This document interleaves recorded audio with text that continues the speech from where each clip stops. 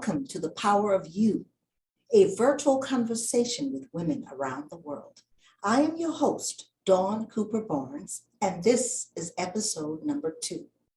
Thank you so much for your feedback from episode 1, where I interviewed Brenda Brewer Moore, a young Liberian woman who is so dynamic and has accomplished so much.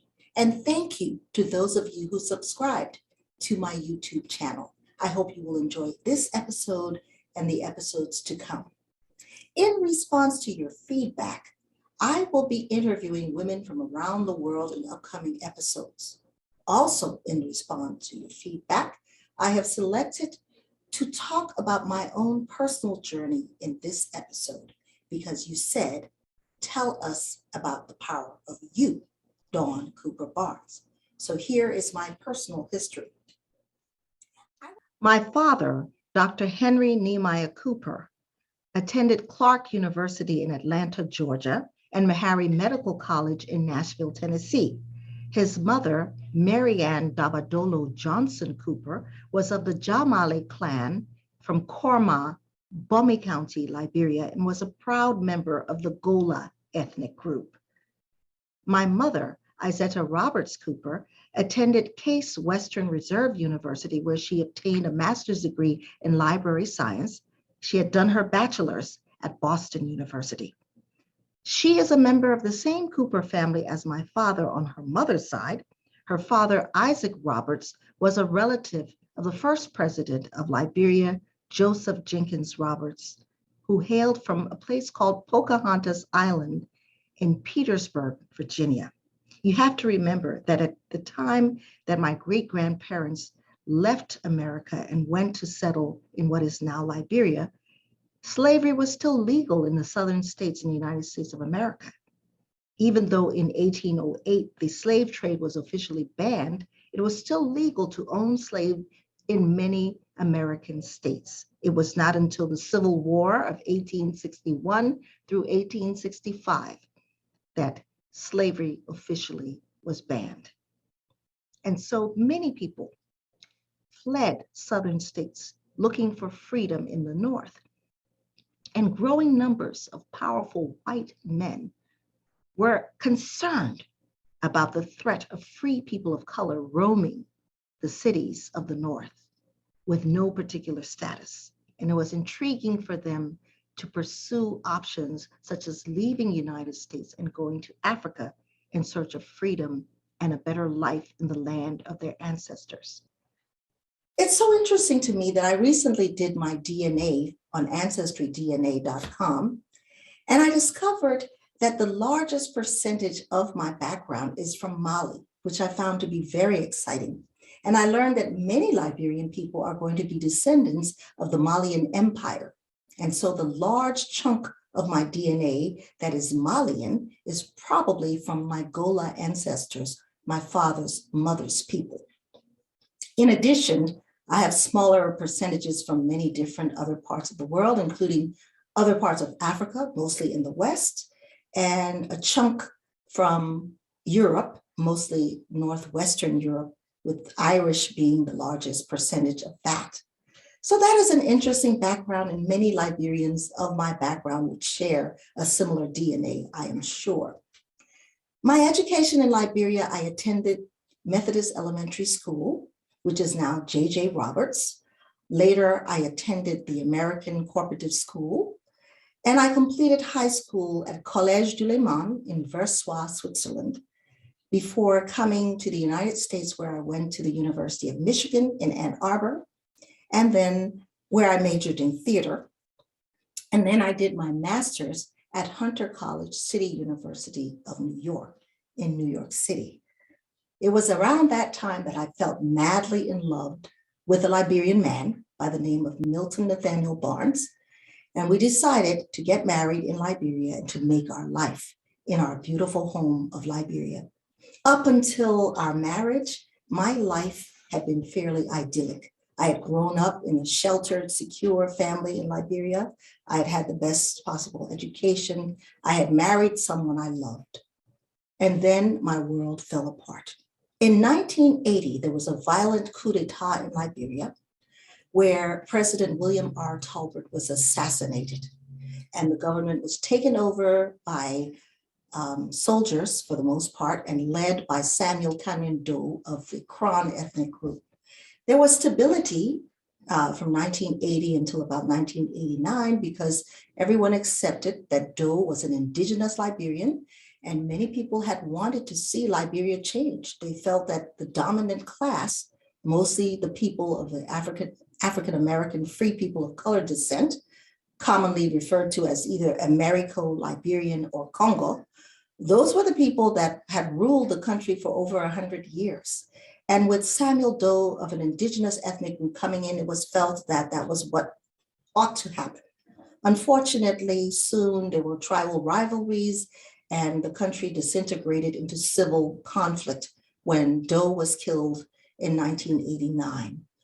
There was a brutal civil war that went on all the way up until 1997, when Charles Taylor was elected president. And even when Charles Taylor was president, there was still a lot of unrest. So my family had left Liberia in 1980 after the assassination of Tolbert with the feeling that we were refugees, that we had to leave with just the clothes on our backs because we were not wanted in our own home. We came to America, the land of opportunity, and there were few opportunities. For the first time in my life, I encountered racism. I encountered rejection from African Americans who had read the history of Liberia and believed that I was part of an oppressive group that had done evil things to my fellow Africans. And so there was rejection from African Americans. There was the story that the Americo-Liberians had been thrown out of Liberia, and justifiably so. And there was also the fact of my Black skin and having to deal for the first time in my life as a minority, looking for jobs, looking for homes to buy, looking for acceptance, looking for a place to be. In Nashville, my first job was as a receptionist for the district attorney's office. Later, I was fortunate to land a job as a college professor at Fisk University, a famous historically Black university in Nashville, Tennessee.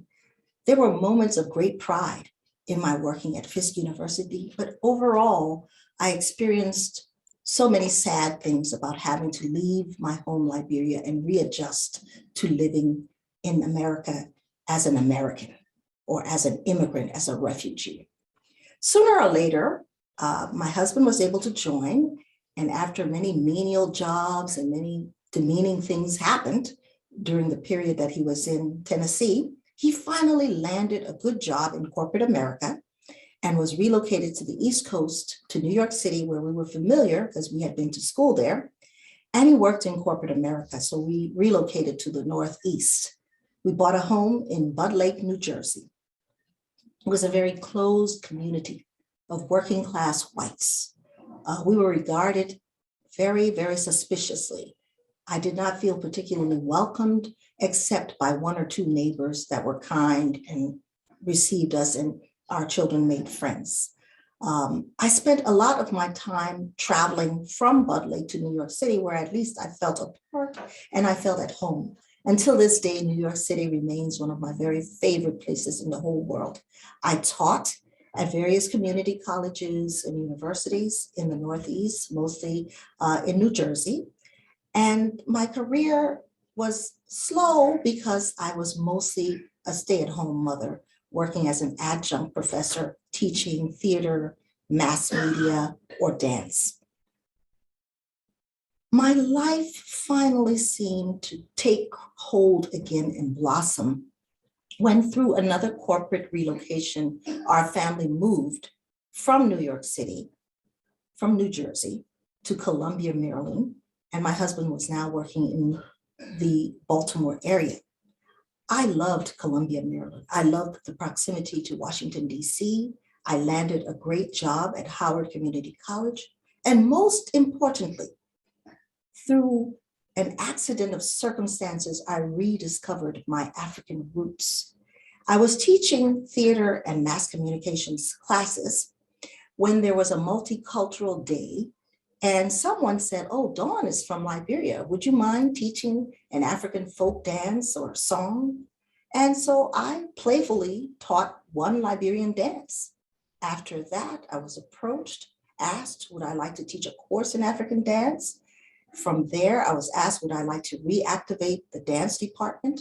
So I built the dance department at Howard Community College, offered modern dance courses, offered ballet courses, offered many different other ethnic courses, and enjoyed the whole experience of building a dance company called the Aurora Dancers. That was a multicultural dance company that performed in the Maryland, Virginia, and DC areas. So that was a happy time for me. It was also a time when I entered into television work. And through another accident of circumstances, I was asked, would I like to produce a documentary film for Black History Month on the history of Liberia? This led to a major collaboration with my husband, Nat. We did the research, and after many months of struggle, we came out with Cry of the Pepperbird, a story of Liberia. This documentary led me to learn so much about how Liberia was founded, the sources of our conflicts, the reasons for the separation. I was able to analyze the history. I was able to embrace Liberia. At about this time, my husband began to long to be back in Africa. And so sooner or later, he learned that Charles Taylor was now president of Liberia and was seeking those who would like to come back to Liberia and help to rebuild the war-torn nation.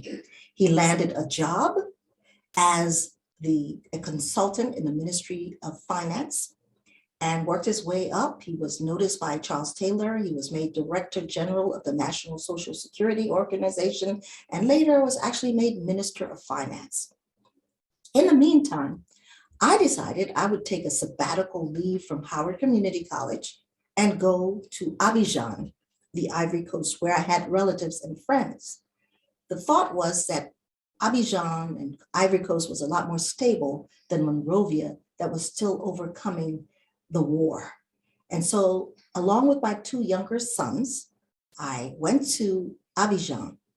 What a romance began for me. I absolutely loved Abidjan. I loved the fashion. I loved the food. I loved being in Africa. I loved the dance and the music.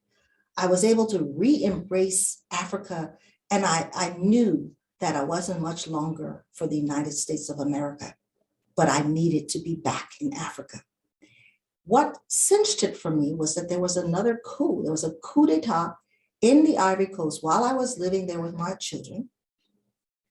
Even though it was not as violent as any coups that happened in Liberia, it still led me to reflect on the fact that why was I in the Ivory Coast? It was no more stable, perhaps, than Liberia. I made up my mind to return to the United States, resign from my position at Howard Community College, and to move permanently to Liberia with my husband and build a new life. This was during the Charles Taylor era in 2001. Unfortunately, Liberia still was suffering from many different factions that were fighting the Taylor regime. And what ended up happening was there was a period of extreme violence that started in 2001, where we refer to it as World War I, World War II, and World War III. Finally, the international community, the United Nations, stepped in. Charles Taylor was made to resign under pressure from the international community, and an interim government was established, led by Judy Bryant. That interim government lasted from about 2003 to 2005, when there was an election. My husband, Nat, ran for president of Liberia in the 2005 elections, but ultimately Ellen Johnson Sirleaf won that election. Because Nat had campaigned for her in the runoff between herself and George Weah, the two finalists in the election, she rewarded him by appointing him as ambassador to the United Nations in New York from 2006 to 2008, and later as ambassador to the United States of America in Washington, D.C. from 2008 until 2010, when he was recalled.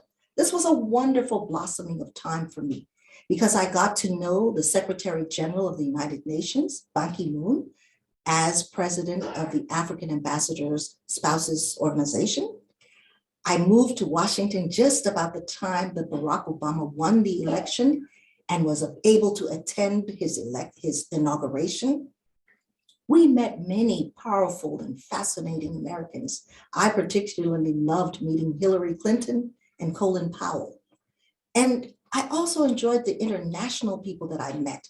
You see, most countries send their brightest and their best to New York, to the United Nations, to represent them, and also to Washington, D.C., because United States of America is arguably the most powerful country on the planet. And so I met so many diplomats and their families that were fascinating. I traveled, we were invited to countries around the world. We represented Liberia and we met many people, and we discovered that the world runs on relationships. Perhaps the most important relationships that I established were with a group of women that I now call my sisters, that were connected with the National Prayer Breakfast, which happens once a year in Washington, D.C. in February. There are national prayer breakfasts around the world, but they all convene, all of the representatives from all of the different national prayer breakfasts around the world convene in Washington in February to meet together, to break bread, and to celebrate Jesus. It is not about religion, because there are representatives of many different religions that participate in the national prayer breakfast, including Muslims, Hindus, and so many. But we come together around the example of Jesus, and we talk about peace, and we talk about how we can make our countries and our nations reflect the leadership style of Jesus, the Christ. It has been a fascinating opportunity for me to grow spiritually, for me to grow in my knowledge and appreciation of humanity and our common issues, our families, our struggles, our love of our countries, our desires to see a better world. In the years following my service as a diplomatic spouse from 2011 to 2018, I was privileged to serve as an administrator at the African Methodist Episcopal University in Monrovia. First, I helped to establish the Coca-Cola Institute for Innovation and served as its first director. Later, I served as vice president for academic support services. In that capacity, I supervised the departments of admissions, registration and records, the university library, student services, and institutional research. I particularly enjoyed establishing a vibrant extracurricular program of performing arts, which included dance, theater, music, and filmmaking. I love my professional life as a performing artist and an educator, but my family always comes first. So when I knew that my family needed me, I returned to the United States in 2019 as a caregiver. It was my joy to help care for my elderly mother-in-law in the final year before she passed away. Spending time with my 92-year-old mother was a great honor, and caring for my aunt, who once took care of me, was also a joy. But my greatest joy was caring for my grandchildren. If I am called to serve my country, Liberia, again, I envision myself committed to tourism, arts, and culture, which I believe will unify our people. I'm committed to quality education, especially at the very early stages of life. Women's education and empowerment is also an essential passion of mine. As the daughter of a medical family, my father, Henry Nehemiah Cooper, was a medical doctor and established the Cooper Clinic and was also the first chief medical officer of JFK Medical Center in Monrovia. I would be committed to the health care of my people, especially women and children, maternity, and all of the things that would help to strengthen us as a people. I know that without solid health care and education, no nation can prosper. Those are the areas I would hope to contribute to. Many moments have shaped my life. As a preteen, I remember consciously choosing happiness. Growing up in a loving family helped me to realize that there is no challenge that love cannot help to overcome.